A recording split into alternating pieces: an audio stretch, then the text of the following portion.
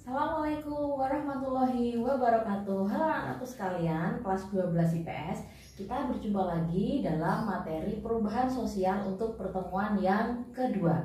Setelah pertemuan lalu, kalian mempelajari tentang pengertian perubahan sosial. Maka untuk pertemuan kedua kali ini kita akan mempelajari tentang proses atau alur perubahan sosial.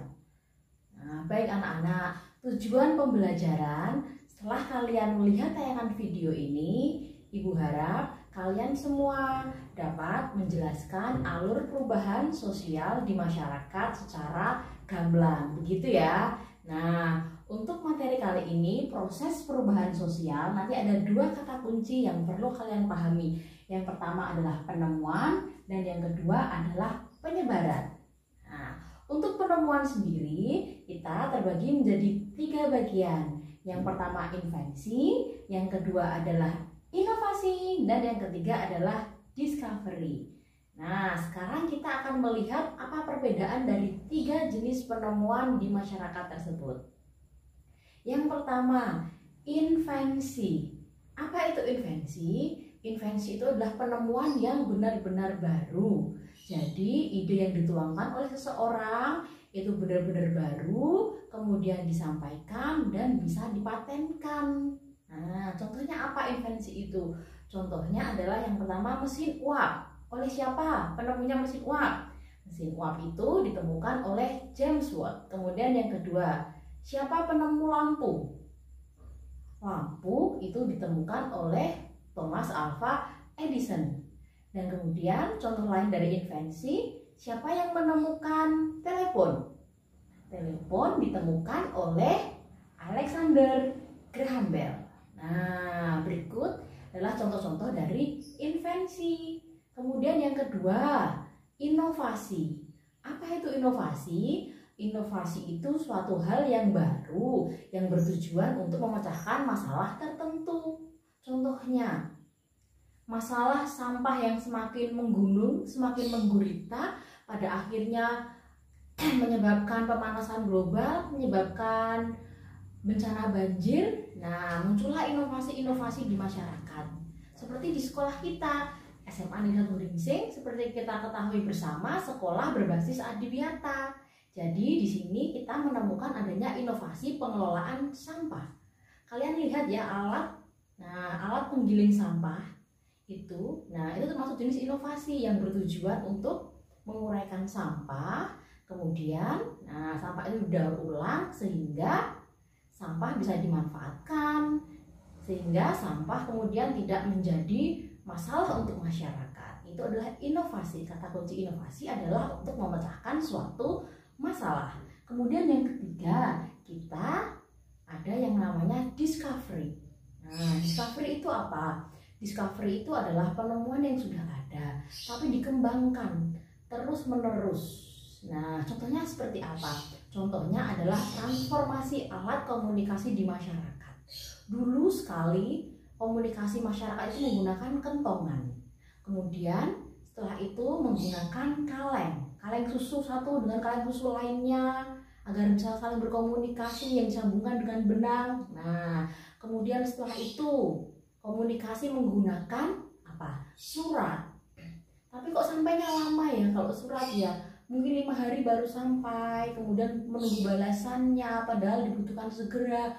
Kemudian muncullah inovasi honey-talkie. Nah, HT itu juga, tapi kok terbatas ya. Kemudian jangkauannya, akhirnya ditemukan lagi telepon. Nah, telepon pun juga bertransformasi secara masif ya, secara besar-besaran.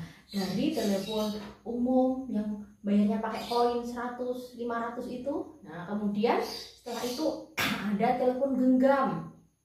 Telepon genggam menggunakan handphone. Handphone pun juga bertransformasi dari yang monoponik, polyponik, kemudian Android itu berbagai versi.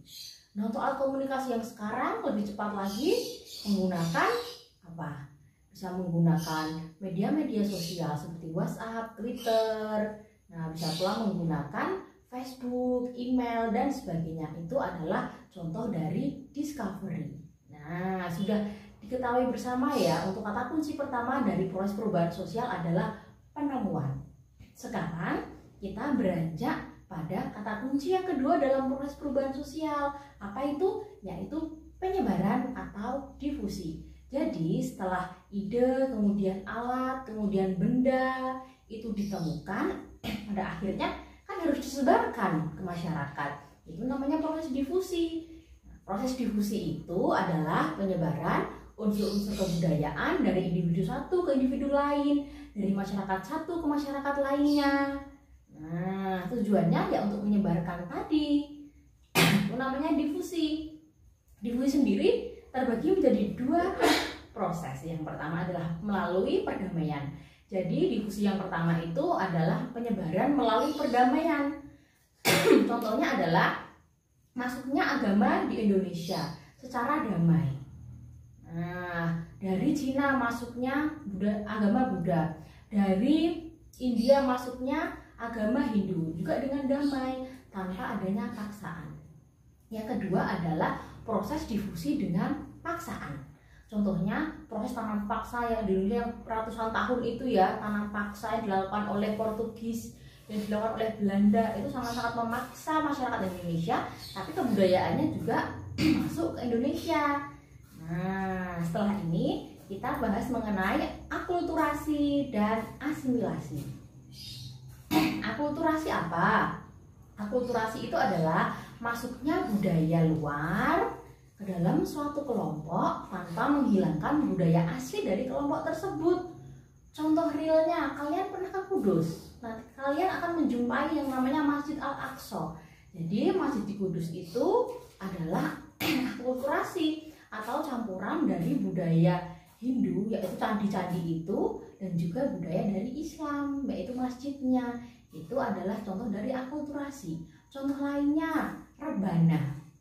Rebana itu adalah budaya dari Arab, tapi kemudian bergabung di Indonesia, masuk di Indonesia, masuk di Jawa. Nah, berakulturasi dengan budaya Jawa, pada akhirnya jadilah rebana yang nyanyiannya itu dari nyanyian-nyanyian Jawa, nyanyian-nyanyian selawatan. Nah, itu akulturasi. Kemudian yang kedua adalah asimilasi. Asimilasi adalah pertemuan dua kebudayaan yang berbaur lama dalam jangka waktu yang sangat intensif dan melebur menjadi satu. Contohnya apa? Dulu wanita Indonesia pakainya kebaya, sudah sopan ya dengan budaya timur, tapi kemudian masuklah budaya Arab dengan pakaian jilbab. Akhirnya jadilah wanita Indonesia itu pakai jilbab, melebur menjadi satu, yaitu wanita yang pakai jilbab. Nah, itu adalah contoh dari asimilasi. Nah, baik anak-anak, kita sudah mempelajari mengenai proses perubahan sosial. Untuk tugas hari ini, silahkan kalian tuliskan dalam kolom komentar contoh dari akulturasi satu dan juga asimilasi satu saja.